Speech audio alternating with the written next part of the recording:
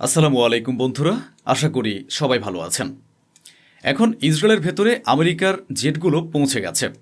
ইসরায়েলের নিজের তেমন কোনো শক্তি নেই, আমেরিকার জোরেই ইসরায়েল লাফাচ্ছে।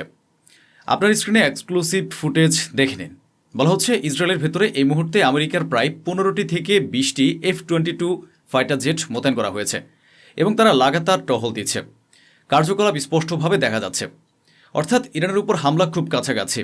কারণ 3 দিন আগে বলা হয়েছে আগামী 72 ঘন্টার মধ্যে ইরানে হামলা হবে।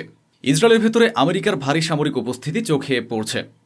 আরেকটি ভিডিও দেখাচ্ছে ইসরায়েলের আন্তর্জাতিক বেন গুরিয়ন বিমানবন্দর, যেখানে আমেরিকার একটি তেলবাহী ট্যাঙ্কার মোতায়েন থাকতে দেখা যাচ্ছে।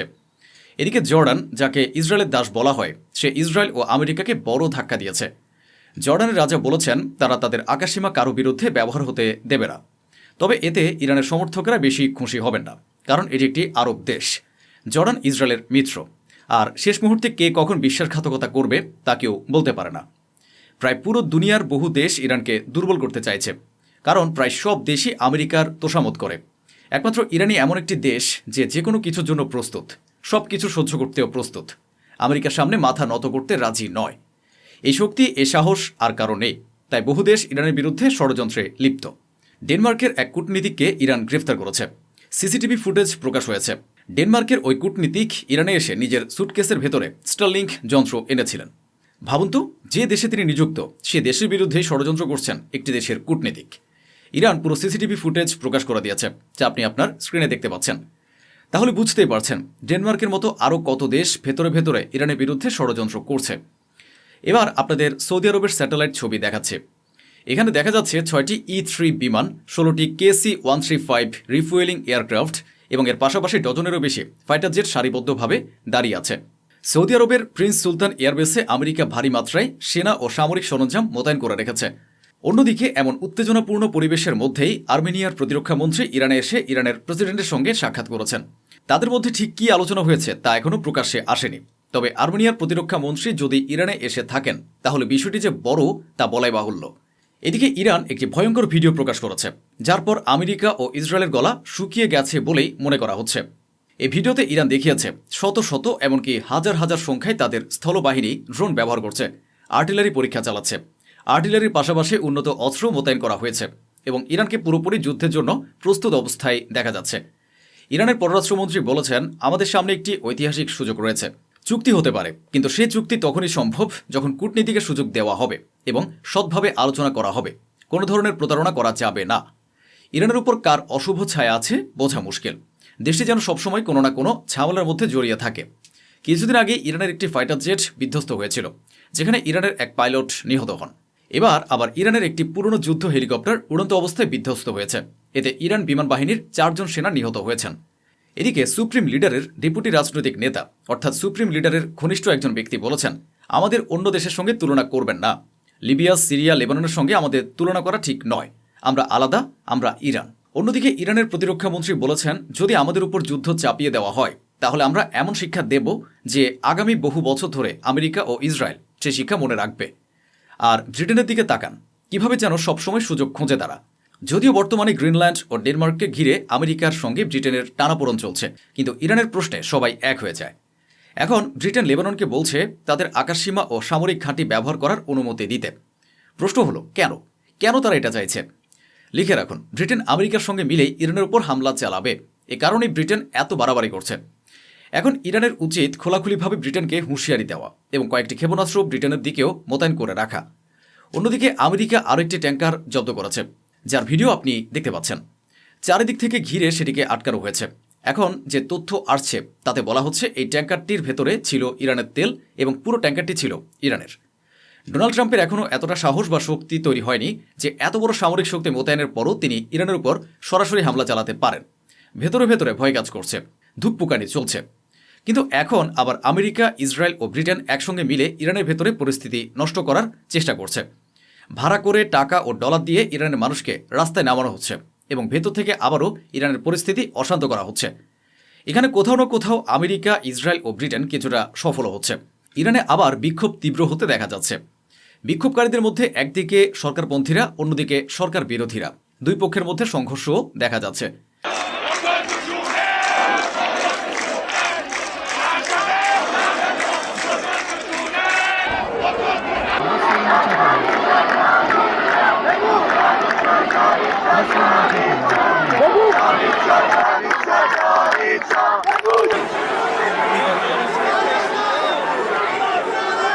ডোনাল্ড ট্রাম্প একদিকে মুখ লুকাতে পারছেন না, আর অন্যদিকে তিনি প্রতিদিনই শুধু সেনা পাঠাচ্ছেন। মধ্যপ্রাচ্যে ইরানের বিরুদ্ধে আরও আমেরিকান যুদ্ধজাহাজ পৌঁছে গেছে। অর্থাৎ রিপোর্ট অনুযায়ী আমেরিকা তার প্রায় পুরো নৌবাহিনী ইরানের বিরুদ্ধে মোতায়েন করে ফেলেছে। বলা যায় সমুদ্রপথে আমেরিকার সম্পূর্ণ শক্তি ইরানের বিরুদ্ধে নামানো হয়েছে। এমন পরিস্থিতিতে তৃতীয় কোনো দেশের তো সুযোগ নেওয়া উচিত, পেছন দিক থেকে এসে আমেরিকা সর্বনাশ করে দেওয়া। কেউ যদি এ সুযোগ না নেয় তাহলে তারা বোকার মতোই থাকবে। আসলে সিআইএ তৈরি করা হয়েছিলই অন্য দেশের সরকার ফেলে দেওয়ার জন্য, নিজেদের স্বার্থে অন্য দেশের অস্থিরতা তৈরি করার জন্য, বিদেশি নেতাদের হত্যা করানো সহ নানা গোপন কাজ করানোর জন্য। এখন সিআইএ পুরো দুনিয়ার সামনে নিজের আসল রূপ প্রকাশ করে প্রকাশ্য খেলায় নেমে পড়েছে। সিআইএ ফরাসি ভাষায় একটি ভিডিও প্রকাশ করেছে, যেখানে তারা ইরানের জনগণকে উস্কাচ্ছে। বলছে, আমাদের জন্য কাজ করুন, আমাদের সঙ্গে যোগাযোগ করুন, আমরা আপনাদের সাহায্য করব এবং টাকা দেব। এদিকে ইরানের উপপররাষ্ট্রমন্ত্রী বলেছেন, আমরা যত দ্রুত সম্ভব চুক্তি করতে রাজি, যেভাবে হোক চুক্তি হোক, এ ব্যাপারে আমরা উন্মুক্ত। আমেরিকা যে হামলার কথা বলছে সেটা এক ধরনের জুয়া, কেউ জানে না কি হবে, আর যদি এমন কিছু হয় তাহলে আমরা অবশ্যই তার যোগ্য জবাব দেব। অন্যদিকে হোয়াইট হাউসের মুখপাত্র বলেছেন, ইরানে যে ডেথ টু আমেরিকা স্লোগান উঠছে সেটি আমাদের জন্য হুমকি।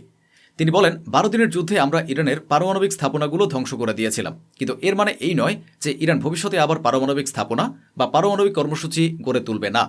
আমেরিকার প্রতিরক্ষা মন্ত্রীও ইরানকে হুমকি দিয়েছেন, কিন্তু হুমকি দেওয়া ছাড়াও আমেরিকা বাস্তবে ইরানের বিরুদ্ধে আর কিছুই করতে পারছে না। আমেরিকাকে পুরোপুরি অসহায় বলেই মনে হচ্ছে। আমেরিকার প্রতিরক্ষা মন্ত্রী বলেছেন, ইরানের কাছে এখন সেরা সুযোগ রয়েছে, যত দ্রুত সম্ভব চুক্তি করে নেওয়াই নাকি তাদের জন্য ভালো, নইলে ডোনাল্ড ট্রাম্পের কাছে আরও পথ আছে। আমি এর জবাব দিই, যদি ডোনাল্ড ট্রাম্পের কাছে সত্যি অনেক পথ থাকতো তাহলে তিনি সেগুলো এতদিনে ব্যবহার করে ফেলতেন। বাস্তবে ট্রাম্পের কাছে কোনো পথ নেই, সামনে কূপ, পেছনে খাল, একেবারে আটকে গেছেন। মাত্র 2 দিন আগের কথা, ট্রাম্প বলেছিলেন সীমিত হামলা করবেন, কিন্তু ট্রাম্পেরই এক কর্মকর্তা বলেছিলেন ছোট হামলা হলেও ইরান পাল্টা আঘাত করবে, আর পাল্টা আঘাত এলে আমেরিকার জবাব দিতেই হবে, আর তখন না চাইলেও একটি বড় যুদ্ধ বেঁধে যাবে। এ কারণে ডোনাল্ড ট্রাম্প ভীষণ চাপে আছেন, শ্বাস প্রশ্বাস আটকে আছে, দুশ্চিন্তায় ভুগছেন। গত এক সপ্তাহে বহু রিপোর্ট এসেছে। আমেরিকারই বিভিন্ন পত্রিকার প্রতিবেদনে দাবি করা হয়েছে, ইরানের উপর হামলার বিরুদ্ধে আমেরিকার বহু জেনারেল ও কমান্ডার অবস্থান নিয়েছেন এবং তারা ডোনাল্ড ট্রাম্পকে ইরানে হামলা না করার পরামর্শ দিচ্ছেন। এই খবর আগুনের মতো ছড়িয়ে পড়ার পর ট্রাম্পকে এর ব্যাখ্যা দিতে হয়েছে। তিনি একটি দীর্ঘ পোস্ট দিয়ে বোঝানোর চেষ্টা করেছেন, এমন কিছু নয়, তাদের সব কমান্ডার ও কর্মকর্তাই নাকি ইরানে হামলার পক্ষে, বরং তারা বলেছেন ইরানে হামলা হওয়াই উচিত। নিন আজকে সর্বশেষ রিপোর্টও দেখিয়ে দিচ্ছে। ডোনাল্ড ট্রাম্প ভীষণভাবে হতাশ হয়ে পড়েছেন, এটি নতুন আপডেট। তিনি খুবই উদ্বিগ্ন যে ইরানের বিরুদ্ধে আমেরিকার হাতে আর কোনো অপশন নেই যে এই পদক্ষেপ নেওয়া যেতে পারে, কারণ যা করা সম্ভব ছিল তা আগেই করা হয়ে গেছে, এখন আর কিছু অবশিষ্ট নেই। এ কারণে ডোনাল্ড ট্রাম্প আরও বেশি দুশ্চিন্তায় আছেন। না কোনো চুক্তি হচ্ছে, না ইরান থামছে, না ইরান মাথা নত করছে। এই কথাটা একই রিপোর্টে উল্লেখ করা হয়েছে। এটাও এক ধরনের আতঙ্ক, এটাও এক ধরনের ভয়। যদি আমরা সীমিত হামলাও করি তাহলে জোর করে চাপিয়ে দেওয়া সেই যুদ্ধটা অনেক দীর্ঘ হয়ে যেতে পারে এবং আমেরিকাকে এক অনিচ্ছাকৃত যুদ্ধে জড়াতে হবে, যা হবে অত্যন্ত দীর্ঘস্থায়ী। অন্যদিকে ইরান কারো উপরই ভরসা করছে না। ভিডিওটি দেখুন। ইরাক সীমান্তে ইরান ইসরায়েলের ধাঁচে একটি দীর্ঘ ও শক্ত দেয়াল নির্মাণ করছে, যাতে সন্ত্রাসী আইএস ও ইরান বিরোধী অন্যান্য সশস্ত্র গোষ্ঠী অনুপ্রবেশ করতে না পারে। সামান্য চাপ পড়লেই ইসরায়েলের আসল চেহারা বেরিয়ে পড়ে, আর সঙ্গে সঙ্গে সে শয়তানের মতো সামনে চলে আসে। ইসরায়েল লেবাননকে হুমকি দিয়েছে, যদি হিজবুল্লাহ হামলা করে, অর্থাৎ আমেরিকা যদি ইরানে হামলা চালায় এবং ইরানকে বাঁচাতে বা ইরানের সমর্থনে হিজবুল্লাহ যদি আক্রমণ করে, তাহলে আমরা শুধু হিজবুল্লাহর উপরে নয়, লেবাননের অবকাঠামো ও লেবাননের সাধারণ মানুষের উপরও হামলা চালাবো। ইসরায়েল প্রকাশ্যে বলেছে সাধারণ মানুষকেও তারা লক্ষ্যবস্তু করবে। তাই আপনারা বুঝতেই পারছেন আমেরিকা ও ইসরায়েল কতটা চাপে আছে, কতটা ক্ষিপ্ত, কতটা দুশ্চিন্তাগ্রস্ত। তাদের শয়তানি চেহারা খুব দ্রুতই সামনে চলে আসছে, তারা কিছুই করতে পারছে না।